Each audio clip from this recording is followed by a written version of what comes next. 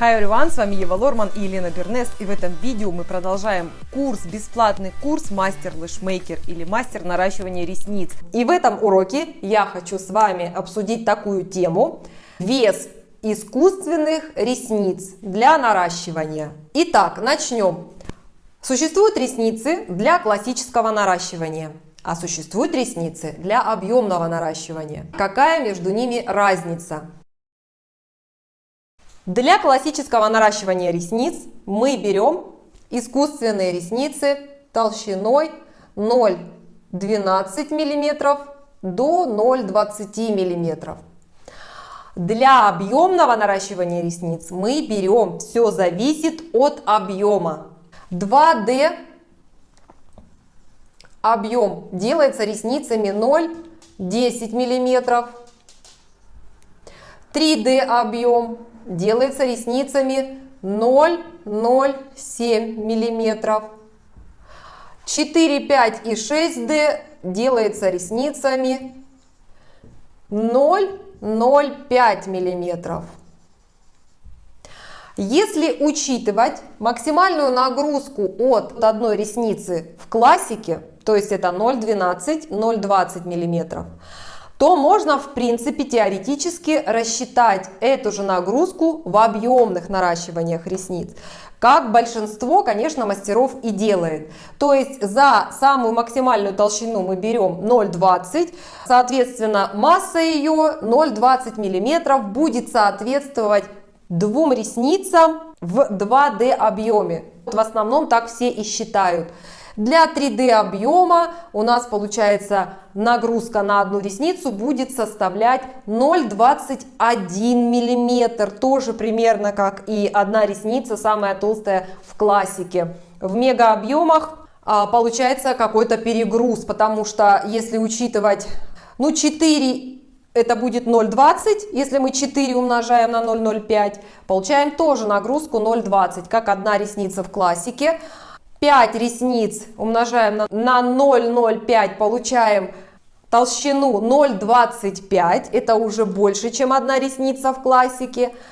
6D 0,5 умножаем на 6, получаем 0,30. И в итоге мы видим, что 6D это конкретный перегруз натуральных ресниц. В общем-то, можно даже и продолжать так считать, но есть специальная таблица, в которой указывается вес каждой ресницы определенной толщины. Ну вот, к примеру, возьмем ресницу толщиной 0,05 мм. Давайте начнем с самой тонкой ресницы. И у нее вес такой 0,05 мм. Это 0,0055 миллиграмма. То есть вот ее вес этой ресницы 0,05 мм. Дальше какими мы работаем ресницами? 0,07 мм. Берем ее вес 0,07 мм. Это 0,001 миллиграмм. Дальше какими мы работаем? 0,10 мм. 0,10. Весит эта ресница 0,015 миллиграмм. Весят они 0,0029 миллиграмм. И наши известные для классики это 0,20 миллиметров, 0,0051 миллиграмм. Так вот, друзья, что нам показывает эта таблица? Я выбрала из нее основные ресницы, которыми мы работаем чаще всего. И на этом примере покажу вам немножко другую картину. То есть, если боитесь вы там, образно говоря, за нагрузку на ресницы на натуральный, то она рассчитывается исходя из вот этих данных. То есть, если мы берем 0,05 мм толщину ресницы, это в 4, 5 или 6D наращиваний, умножаем вот эту толщину, грубо говоря, давайте умножим на самое большое количество, на 6, то мы в итоге получим, вот у нас получается какая масса в 6D. Вот этот показатель, мы видим, что он примерно такой же, как ресница толщиной 0,15 миллиметров. Вот вам и как бы открытие, скажем так, в связи с тем, что существует такая таблица. Это масса ресниц определенной толщины, то вы именно так можете точно просчитать, какая нагрузка в итоге будет на натуральные ресницы. А теперь смотрите, вспомните, как мы считали 6D. 6 мы умножаем на 0,05, и мы получаем 0,30, что превышает примерно допустимую норму 0,20 мм, то получается из этого, друзья, что вот этот подсчет, который был в самом начале нами сделан, он гораздо грубее. И если учитывать вот эти показатели, он буквально превышает вот этот подсчет чуть ли не в 2 раза. То есть, если на вот эту таблицу опираться, то мы что получаем? Работая, например, в 2D объеме, с ресницами 0,10 мм, мы берем 0,015 умножаем 0,15, мы умножаем на 2 раза. То есть мы работаем в 2D объеме двумя такими ресницами. В итоге мы получаем... То есть вот этот показатель, это то же самое, как одна ресница 0,15 мм толщиной. По факту, более чем ресница толщиной 0,20 мм ни один объем не дает. Представляете, что объемное наращивание ресниц, по сути, даже вот 3D давайте посчитаем. 3 умножаем на 0,07, это у нас будет 0,01.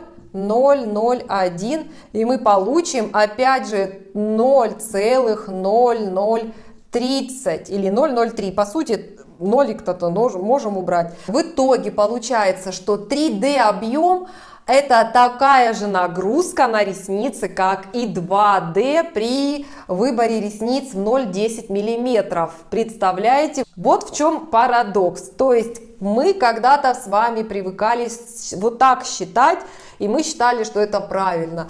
Но вот есть такая таблица, которая дает нам возможность более точно посчитать вот эту нагрузку, которую получают натуральные ресницы, когда мы наращиваем на них искусственные ресницы. И по этому итогу могу сделать вывод, что самая большая толстая ресница в классике 0,20 мм, она самая тяжелая. 0,20 мм это по сути негласная общепринятая максимальная нагрузка на натуральную ресницу.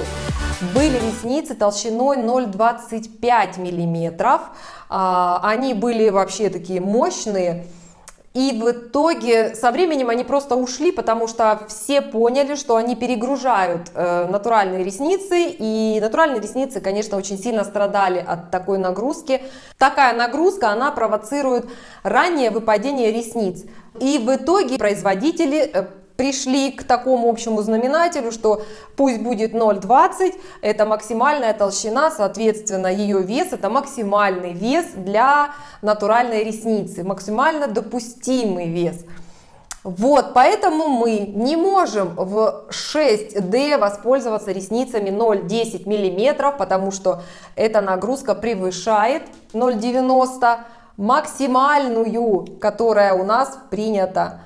0,051. Этот вариант, он более, конечно, сложнее, но если в нем разобраться, сложного здесь почти ничего нет. Зато вы здесь более точно можете рассчитать эту самую нагрузку. Я думаю, что это было полезно вам знать. И до встречи на следующих уроках. На этом все. Подписывайтесь на канал, ставьте лайки, пишите комментарии, задавайте вопросы. Мы с удовольствием ответим на них. Bye-bye, everyone, с вами была Ева Лорман, и до встречи в новых видео. Ева Лорман, Елена Бернес, уроки красоты и антистресс.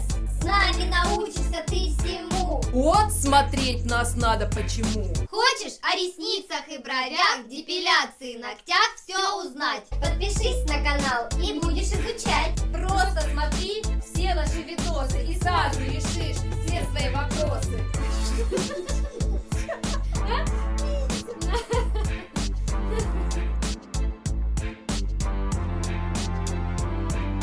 Норман, скажи. Да, это верно. Бернес, подтвердим. Да, непременно.